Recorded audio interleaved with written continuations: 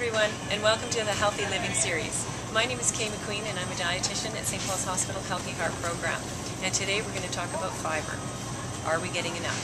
And how much do we need? So many people don't get enough fiber in their diet. How much is enough? Generally, I encourage people to aim for about 21 to 38 grams of fiber every day. And one of the great ways to get that fiber in your diet is by choosing some good, hearty, high-fiber whole grain cereals.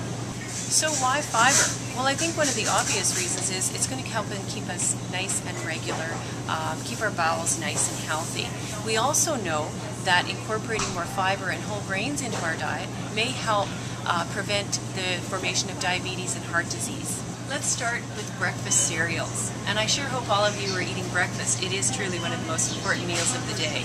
However, your cereals are going to be a great source of fiber. There are many wonderful cereals out there. Some of them are even going to give you almost half your fiber for the day.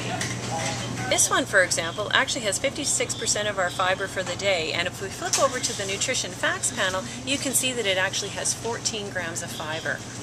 Remember, that's almost half, for many people, even more than half of the fiber that they need for the day.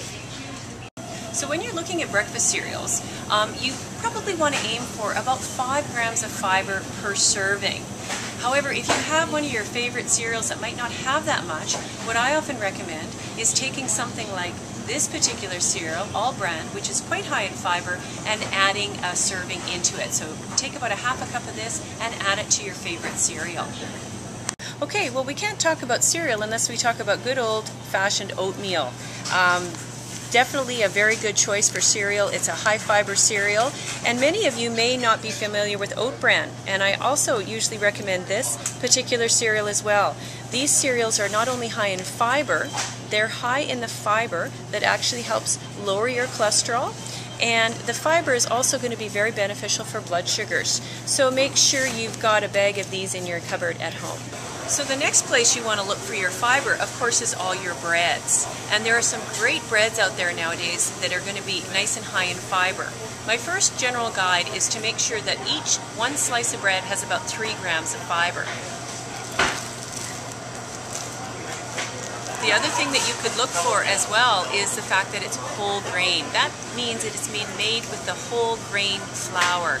Crackers, another excellent place to get more fiber in your diet. And there are some wonderful crackers out there too. Like bread, I always encourage people to look for the whole grain crackers and also crackers that will have about 3 grams of fiber per serving. Ryvita, Wassa, Kavli, all great brands, but check your store and see what you can find. Other ways to get fiber in your diet, of course, is going to come from your grains. And if we think about rice, last time you had rice, was it white rice or was it brown rice? Definitely try that. More fiber? Try some of the other grains, things like quinoa, a grain that's actually a very high source of protein. So quinoa is a grain that many people may have heard of but have never actually used it. You would use this in place of things like couscous, for example. This would take the place of your potato or your rice or your bread with your dinner meal. And look for packages that have recipes on the back. This one has a great recipe of a quinoa tabbouleh. So we can't really talk about fiber unless we talk about beans. Good old kidney beans, things like lentils, garbanzo beans, that type of thing.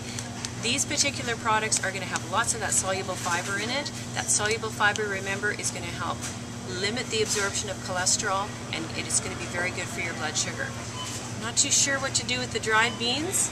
Nothing wrong with buying them in a can. I usually suggest you throw them into a strainer, rinse them off. They're ready to go into your salad, they're ready to go into your soup, and a nice tasty treat. So I hope I've given you and your family some healthy tips on how you can increase fiber in your diet.